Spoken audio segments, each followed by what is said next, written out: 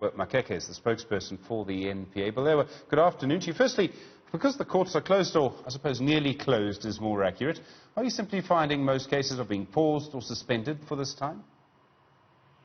Good afternoon, Stephen, and to your viewers. Yes, nearly closed, you're right.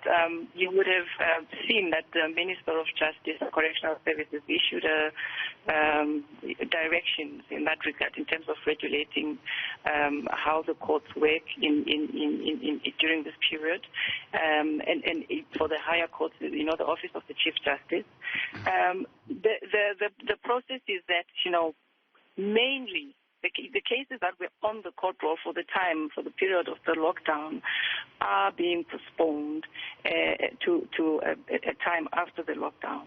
But, there are instances where cases still continue, where obviously there's the issue of interest of justice that must be considered, or if it's an urgent matter.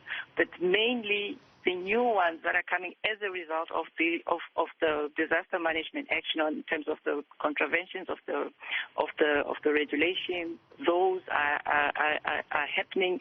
Most of them are being resolved through either admissions of guilt or fines and bails and all of that. So court is working very, very efficiently, but we're getting to a space where we're actually trying to manage court in a virtual almost space. So it's very interesting where we are now. I mean, Bulelwa, normally in this situation, if someone were to get arrested, you have the right to appear in court within 24 hours, a little longer over a weekend. What's happening at the moment to people who are actually being arrested? Are they appearing in court? Are they appearing virtually in court? Mostly it's admissions of guilt, and where the matters are serious enough for them to appear, they do appear, but then in all likelihood then they get bail, depending on what the contravention is. So the really important thing is to try and manage as much as possible the traffic coming to court, but also being mindful of what is in the interest of justice. There has been a situation in the Eastern Cape in East London. Some prosecutors are complaining they didn't get masks or gloves. They came into contact with people who might have been exposed to the virus. Some prosecutors, I understand, are now in self-isolation or quarantine. Are those prosecutors right to complain they weren't properly protected?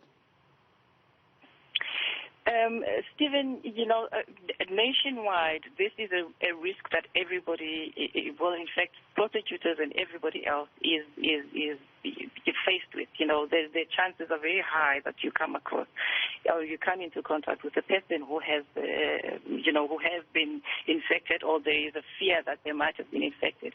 So those are all things that are actually being dealt with as they come along. But the precautionary measures are in place where. So, for instance, the organization is issued, what we call the PPEs, the protective equipment, the masks and the gloves. Of course, it depends on the availability of supply per area. So, some areas you would find that there's maybe already got theirs before others, but the general approach is to make sure that everybody has those masks and hand sanitizers. Everybody is issued with a bottle of hand sanitizer. So all those general things that have been recommended by the National Department of Health are things that the National Prosecuting Authority is making sure that all their prosecutors have access to. But more importantly is to try and limit their access to court in the first place.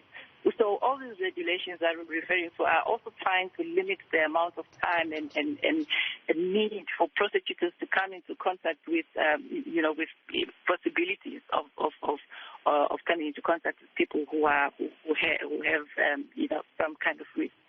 So in that particular situation in East London, I think it was really about people saying that they were not informed, but it really isn't. I think the article in the City Press really dispels that from the NPA side, because all the necessary precautions were taken as immediately when it came to the attention of the management in East London that there were people who came into contact with somebody who had tested positive. So those are things. It is imperative that when that happens and people don't show the symptoms yet, that and they've come into contact with people who are, either have tested positive or suspected to be infected, that you take precautionary measures. And those are being done and have been done. And so that article, I think, outlines all the measures that were put in place and are still being put in place, including the fact that yesterday already there was the National Department of Health actually deployed people to go to those offices to make sure that they're disinfected. And Bulelwa, I don't know if you... So by the time people had to come in today, that would have happened already in the offices. Okay, Bulelwa, I don't know if you saw the statement from the Jacob Zuma Foundation today. The former president, he's changed his legal team. His attorney will no longer be Daniel Mancha. Eric Mabuza is taking over from him. He also says he's looking forward to going to court to clear his name. Is he, as the NPA, ready to continue for that case to actually go ahead to trial? Advocate Billy Downer has always been on record. Has always said he's ready, and he's always shown, even in court, he's been there every time, very ready to continue with the case. So I think, let's wait and see what happens next. But the NPA is ready to continue. Bulelwa Makeke, thanks very much indeed. Do appreciate it, representing the National Prosecuting Authority there. Stay with us.